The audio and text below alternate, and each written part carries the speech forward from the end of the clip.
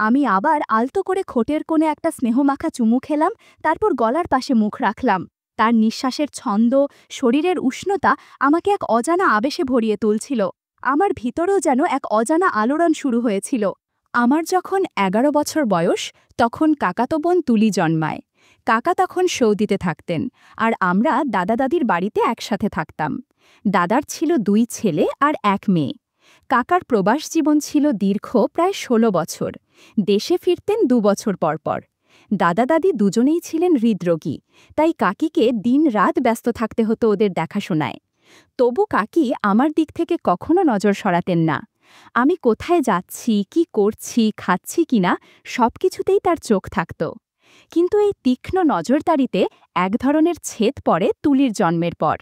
কাকি তখন সময়ের বেশিটাই কাটাতেন তুলির যত্নে, আর সেই ছোট্ট শিশুর দেখভালের অনেকটা দায়িত্ব এসে পড়ে আমার ওপর, বিশেষ করে যখন কাকি দাদা দাদির ঘরে থাকতেন। তুলির কান্না থামানো, তাকে হাতের খেলনা এগিয়ে দেওয়া, চোখে মুখে বাতাস করা, সব করতাম, কিন্তু মাঝে মধ্যে হাঁপিয়ে যেতাম। ইচ্ছে করেই কখনো তাকে একটু কাঁদিয়ে দিতাম, যাতে কাকি এসে আমাকে উদ্ধার করেন।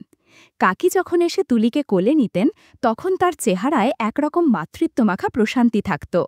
ছোট্ট তুলিকে শান্ত করতে গিয়ে কাকি যেভাবে ওকে বুকের কাছে টেনে নিতেন, সেই দৃশ্য আমার মনে একরকম অদ্ভুত অনুভূতির জন্ম দিত। আমি তখনও বুঝতাম না এই অনুভূতিটা আসলে কী, কিন্তু এটুকু টের পেতাম মনে এক ধরনের কৌতূহল আর আকর্ষণ কাজ করছে, যেটা আমি কাউকে বলতে পারি না। আসলে আমার তখন যৌনতা বিষয়ে কোনো সঠিক ধারণা ছিল না। শুধু এটুকুই বুঝতাম, কাকির মায়াময় উপস্থিতি আর তার কিছু মুহূর্ত আমাকে একরকম চুপিসারে নাড়া দিয়ে যেত। বিশেষ করে যখন কাকি তুলিকে দুধ খাওয়াতেন, বা বিকেলে কলপাড়ে গিয়ে শাড়ি গুটিয়ে একটু জলে ভিজতেন, কিংবা রাতে ঘুমাতে যাওয়ার আগে আঁচলটা একটু আলগা করে দিতেন, তখন আমি চোখ সরাতে পারতাম না। তবে কাকি টের না পান, সেই চেষ্টায় থাকতাম সদা সতর্ক। আশ্চর্য এক অনুভূতির নাম যে কামনা, তখনও বুঝে ওঠা হয়নি আমার। শুধু এটুকু বুঝতাম, ভেতরে ভেতরে যেন একটা অজানা আগুন ধীরে ধীরে ছড়িয়ে পড়ছে, আর তার তাপে আমি অস্থির হয়ে উঠছি। কাকির প্রতি আমার টানটা তখন যেন দিনে দিনে গভীর হচ্ছিল। মাঝে মাঝে মনে হতো, যদি মুখ ফুটে কাকিকে আমার মনের কথাটা বলতে পারতাম, তবে সাহস হতো না কোনোভাবেই। তুলি তো কাকির কাছে সবসময়ই আদরের। ওকে কোলের কাছে টেনে নিয়ে কাকি যত্ন করে ওকে সময় দিতেন, ভালোবাসতেন। আমি ভাবতাম, আমি যদি ওর জায়গায় হতাম। অবশ্য এসবই ছিল আমার নিজের ভেতরের কথা, কাউকে বলিনি কখনো। আমার বন্ধুরা তখন নিজেদের ছোটখাটো অভিজ্ঞতা নিয়ে নানা কথা বলতো। কেউ কেউ নতুন কিছু আবিষ্কার করছে, কেউ মজার গল্প শোনাচ্ছে। আমি সেই সব শুনেও চুপ করে থাকতাম।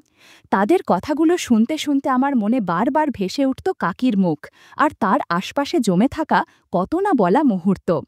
এভাবেই একদিন হঠাৎ করে বৃষ্টিতে ভিজে জ্বরে পড়লাম। শরীর এতটাই খারাপ হয়ে গিয়েছিল যে ২ দিন বিছানা থেকেই উঠতে পারিনি। আর কাকি তো তখন একেবারে ছায়ার মতো আমার পাশে লেগে থাকলেন। কখন খাইয়ে দিলেন, কখন ঠান্ডা পানি দিয়ে কপালে চাপ দিলেন, সব কিছুই করলেন নিঃশব্দে, ভালোবাসার ছোঁয়ায়। দ্বিতীয় রাতটা ছিল একটু অন্যরকম। জ্বর অনেকটাই কমে গিয়েছিল, আর আমি কিছুটা হালকা অনুভব করছিলাম। ঘুম আসছিল না। পাশ ফিরে শুয়ে যখন আমি কাকির দিকে তাকালাম, তখন এক অদ্ভুত অনুভূতিতে মনটা কেমন যেন হালকা কাঁপছিল। কাকি হয়তো তখনও তুলিকে খাইয়ে ঘুমিয়েছিলেন, তাই ক্লান্ত মুখে একপাশে ঘুমিয়েছিলেন। আমি চুপচাপ তাকিয়েছিলাম তার দিকে। স্নেহ, শান্তি আর একরকম মাতৃত্বমাখা কোমলতা যেন ভেসে আসছিল তার দেহভঙ্গি থেকে। হঠাৎ কাকির ঘুম ভাঙল। চোখ মেলেই আমার দিকে তাকিয়ে বললেন, "কিরে অভি, ঘুমাসনি এখনো?" আমি আস্তে বললাম, "না কাকি, ঘুম আসছে না।" তিনি আমার কপালে হাত রাখলেন, তারপর একটু চিন্তিত কণ্ঠে বললেন, "উফ, যা ভয় পাইয়েছিলি, এখন একটু ভালো লাগছে তো? এত দুর্বল, একটু ধাক্কা খেলেই কাবু হয়ে যাস। তোর আসলে মেয়ে হয়ে জন্মানো উচিত ছিল।" আমি হেসে ফেললাম। কাকিও হাসলেন, তারপর বললেন, "আয়, আমি তোর মাথায় হাত বুলিয়ে দিই, তারপর চোখ বন্ধ করে ঘুমো।" আমি চোখ বন্ধ করলাম ঠিকই, কিন্তু মনের ভেতর তখন যেন একেবারে ঝড় বইছিল।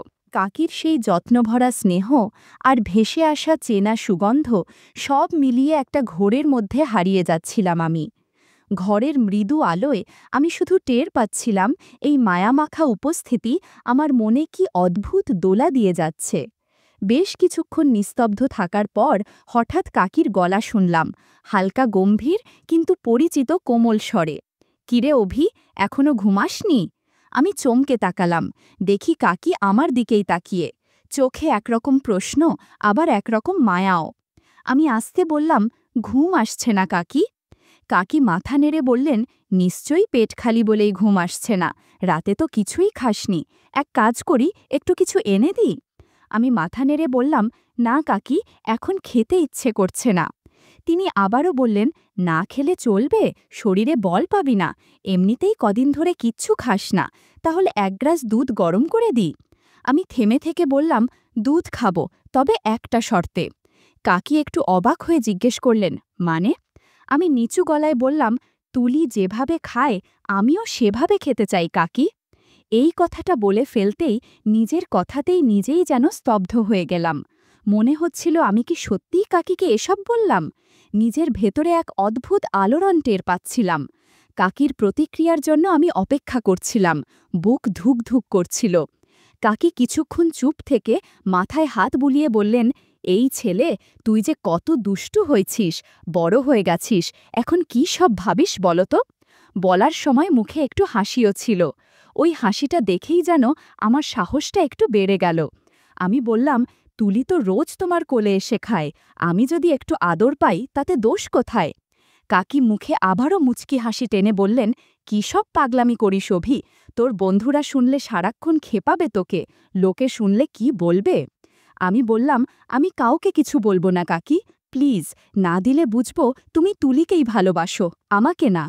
কাকি একটা দীর্ঘ শ্বাস ফেলে বললেন, উফ, ঠিক আছে, নাছোড়বান্ধা একটা, তবে একটাই শর্ত, এসব কারো সঙ্গে বলবি না, না হলে লোকজন তোকে নিয়ে হাসাহাসি করবে। আমি মাথা নাড়লাম। কাকি একটু নরম গলায় বললেন, আয় এবার, আর ছেলেমানুষই করিস না। তারপর কাকি আস্তে করে শাড়ি আর ব্লাউজটা গুছিয়ে বসে গেলেন। আমি ঘরের আবছা আলোয় তার মুখটা দেখছিলাম, চেনা, স্নেহভরা, কিন্তু আজ যেন একটু আলাদা। আমি ধীরে ধীরে কাছে এগিয়ে গেলাম। কাকি মাথায় হাত বুলিয়ে দিতে দিতে বললেন, এই ছেলে, এত অবাক হয়ে দেখছিস কেন? কোলের আদর পেতে তো সব বাচ্চাই চায়। তারপর আমার কপালে হাত বুলিয়ে একবার চোখের দিকে তাকালেন, যেন বুঝতে চাইছেন কিছু। আমি শান্ত গলায় বললাম, তুমি না থাকলে আমি থাকতাম না কাকি। তিনি মুচকি হাসলেন। তারপর দুজনেই কিছুক্ষণ চুপচাপ বসে রইলাম। বাইরের অঝোর বৃষ্টির শব্দে ঘরটা আরও নিঃশব্দ হয়ে উঠেছিল। কাকির চোখে মুখে মায়ার ছায়া, আমার চোখে একটা চুপচাপ অপেক্ষা। আমরা দুজনেই তখন সেই ঘরের ভেতর এক নরম, নীরব, অপরিচিত আবেগে জড়ানো ছিলাম, যেটা কারো সঙ্গে ভাগ করে নেওয়া যায় না, শুধু অনুভব করা যায়। কিছুক্ষণ এক অদ্ভুত ঘোরের মধ্যে ছিলাম আমি। হালকা আলো, নিঃশব্দ রাত, আর কাকির গা থেকে ভেসে আসা পরিচিত সেই গন্ধ আমাকে যেন পুরোপুরি ঘিরে ফেলেছিল। চোখ বন্ধ করেই অনুভব করছিলাম আমি কোথায় যেন হারিয়ে যাচ্ছি, এক জায়গায় যেখানে আমি আর কাকি ছাড়া কেউ নেই। হঠাৎ কাকির গলার নরম আওয়াজে হুঁশ ফিরল। কাকি আস্তে হেসে বলল, আহারে, এমন করে করলে কিছু হবে রে দুষ্টু, এত মোলায়েম করে করলে কি তোর কাকি কিছু পাবে? আমি চমকে তাকালাম, লজ্জায়, কৌতূহলে আর উত্তেজনায় আমার গলা শুকিয়ে গেল। কাকি আবারও বলল, আয়, আমি যেমন বলি তেমন করে চেষ্টা কর, দেখবি কেমন আরাম লাগবে। তারপর কাকি নিজেই সামান্য সামলে নিয়ে বলল, এইভাবে নয় রে পাগল, একটু জোরে কর, তবেই না আদরটা টের পাওয়া যায়। আমি চুপচাপ কাকির কথা মতো করছিলাম। ওর গলার টোনে তখন একরকম প্রশ্রয় আর আশ্চর্য রকমের কোমলতা ছিল। আমার শরীর তখনও কাঁপছিল, কিন্তু মনটা কেমন শান্ত লাগছিল। কিছুক্ষণের মধ্যে আমি পুরোপুরি সেই মুহূর্তে ডুবে গেলাম। আশেপাশে কিছুই টের পাচ্ছিলাম না, শুধু মনে হচ্ছিল কাকির প্রতি এই যে ভালোবাসা, আদর আর একরকম চেপে রাখা অনুভূতি, সেটা যেন এক এক করে খুলে যাচ্ছে আমার ভেতর থেকে। আমি মাথা তুলে কাকির দিকে তাকালাম। দেখলাম কাকি চোখে মায়াভরা একটা দৃষ্টি নিয়ে আমার দিকেই তাকিয়ে আছে। তার এক হাত আমার মাথার ওপর ধীরে ধীরে চুলে বিলি কাটছে। আমাদের চোখাচোখি হতেই কাকি মৃদু হাসল, তারপর নিঃশ্বাস ফেলে বলল, উফ, দুষ্টু ছেলে একটা, সব ভালো জিনিস তোদেরই চাই। আমি লজ্জায় মাথা নিচু করে বললাম, তোমাকে ব্যথা তো লাগেনি কাকি? কাকি একটু চুপ করে থেকে বলল, না রে পাগল, তোকে আদর দিতে আমার কখনো কষ্ট হয় না। বরং তুই যখন আমার এত কাছাকাছি থাকিস তখন মনটা শান্ত লাগে। তারপর কাকি নিজেই আমাকে জড়িয়ে ধরে বলল, আর একটু খাবে? থাকলে দিতাম তো। আমি বললাম, খেতে চাই খুব। কাকি তখন একটু হেসে পাশ ফিরল, বলল, আচ্ছা দেখি শেষটুকুতে কিছু মজুদ আছে কি না। তারপর কাকি নিজেই ধীরে ধীরে আমাকে কাছে টেনে নিল। আমি কোনো কিছু না ভেবেই চুপ করে রইলাম। কাকি চোখ বন্ধ করে নীরবে আমার মাথায় হাত বুলিয়ে যাচ্ছিল, যেন এক আশ্রয়ের মতো করে। কাকি কিছু বলল না, শুধু আমার মাথাটা টেনে নিজের বুকে চেপে ধরল আরও শক্ত করে। আমি ওর গায়ের সঙ্গে মুখ ঠেকিয়েছিলাম, নিঃশ্বাস বন্ধ করে। একটা গা ছমছমে উষ্ণতা যেন ছড়িয়ে পড়ছিল আমাদের দুজনের মাঝে। তার গায়ের সেই নরম শান্ত গন্ধ আমাকে অস্থির করে তুলছিল। বুকের কাছটায় মুখ রাখতেই মনে হলো এটাই বুঝি ওর সবথেকে নরম আর সংবেদনশীল জায়গা। পরে একদিন কাকি হেসে বলেছিল, সব মেয়ের একটা জায়গা থাকে যেটায় কেউ আদর দিলে মনের জোর টলে যায়, আমারটা বোধহয় এটাই। তার কণ্ঠে ছিল এক ধরনের লজ্জা, কিন্তু কোথাও যেন আত্মবিশ্বাসের ঝলকও ছিল। আমি ধীরে ধীরে হাত বাড়ালাম। কাকি তখন নিজেই আমার হাত ধরে নিয়ে ওপরে রেখে দিল। চোখ বন্ধ করে শান্ত গলায় বলল, আলতো করে করিস, হালকা ব্যথা হচ্ছে কিন্তু কেমন যেন আরামও লাগছে। আমি শান্তভাবে হাত রাখলাম ওর বুকের ওপর। আমার হাতের স্পর্শে কাকির নিঃশ্বাস ধীর থেকে ভারী হয়ে উঠছিল।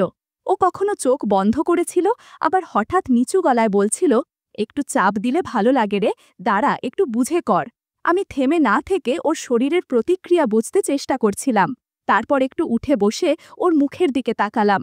সে তখন একরাশ হাসি নিয়ে বলল, একটু ওপর আয়, তোকে একটু জোরে জড়িয়ে ধরতে চাই। তার নিঃশ্বাস তখন কাঁপছিল, মুখে কিছু বলার চেষ্টা করেও থেমে যাচ্ছিল বারবার। আমি বুঝতে পারছিলাম এই মুহূর্তে আমাদের মধ্যে কোনো সম্পর্কের লজ্জা নেই, নেই সমাজের বাধাধরা নিয়ম। শুধু ছিল এক অদ্ভুত নরম টান, শরীরের ভাষায় লেখা এক গভীর অনুভব। আমি আমার ভিতরের সব দ্বিধা সরিয়ে কাকিকে খুব যত্ন করে জড়িয়ে ধরেছিলাম। কাকিও নড়ল মা, বরং চোখ বন্ধ করে পড়ে রইল শান্তভাবে। মাঝে মাঝে কেঁপে উঠছিল, ঠোঁট কাঁপছিল, আর নিঃশ্বাসে যেন বলছিল, থামিস না অভি। কাকির ইশারাতেই আমি একটু এগিয়ে গেলাম, আর তার ঠোঁটের পাশে একটুখানি স্নেহভরা স্পর্শ রেখে দিলাম। কাকি আমার মুখের দিকে তাকিয়ে মৃদু স্বরে বলল, আরও কাছে আয়, আর একটু। আমি তাকে আলতো করে জড়িয়ে ধরলাম। তার শাড়ির কোমল গন্ধ আর দেহের তাপ আমাকে এক অদ্ভুত অনুভবে আচ্ছন্ন করে তুলছিল। বুঝতে পারছিলাম নিজের ভেতর একরকম দোলাচল চলছে, যেটা আগে কখনো হয়নি। কাকির শরীর ঘেঁষে দাঁড়িয়ে যেন একটা চুপিসারে ডাকা খুঁজে পাচ্ছিলাম। ওই মুহূর্তে কাকি পুরোপুরি নিস্তব্ধ, চোখ বন্ধ করে দুহাত পাশে ছড়িয়ে দিয়ে যেন নিজেকে এক শান্ত জলে ভাসিয়ে দিয়েছেন। আমি আবার আলতো করে ঠোঁটের কোণে একটা স্নেহমাখা চুমু খেলাম, তারপর গলার পাশে মুখ রাখলাম। তার নিঃশ্বাসের ছন্দ, শরীরের উষ্ণতা আমাকে এক অজানা আবেশে ভরিয়ে তুলছিল। আমার ভিতরেও যেন এক অজানা আলোড়ন শুরু হয়েছিল। শরীরে অনুভব হচ্ছিল সেই পরিবর্তনের ইঙ্গিত, যেটা গোপন রাখা মুশকিল। তবে আমরা সীমা পেরিয়ে যাইনি, শুধু জামাকাপড়ের ছায়ার মাঝেই থেকে গিয়েছিলাম। অনুভব করছিলাম এক অদৃশ্য টান। কাকির শরীর মাঝে মধ্যে হালকা কেঁপে উঠছিল, কিন্তু তবু নীরব। মনে হচ্ছিল আমি যেন এক নতুন আবেগের দরজায় দাঁড়িয়ে। সেই রাতে আমাদের মধ্যে কোনো কিছু ঘটেনি, অন্তত বাইরে থেকে যা বোঝা যায় সেই অর্থে কিছু না। কিন্তু যেটুকু হয়েছিল সেটা অনেক গভীর। কাকি যেন শুধু আপন করে নেয়নি, তার বিশ্বাসটুকুও আমার হাতে তুলে দিয়েছিলেন। কিভাবে নিঃশব্দ ভালোবাসায় ডুব দিতে হয় সে শিক্ষা সেদিন কাকির কাছ থেকেই পেয়েছিলাম। সেই রাতটা আমার মনে গেঁথে আছে আজও। কোনো কথা হয়নি, কোনো চড়া অভিব্যক্তি নয়, কিন্তু শরীরের ভেতর জমে থাকা সমস্ত না বলা কথা যেন অনুভবে ছড়িয়ে গিয়েছিল। সেই রাত থেকেই আমাদের মাঝে গড়ে উঠেছিল এক নতুন সম্পর্ক, নির্বাক, অনুভবময়, অদৃশ্য অথচ অমোঘ।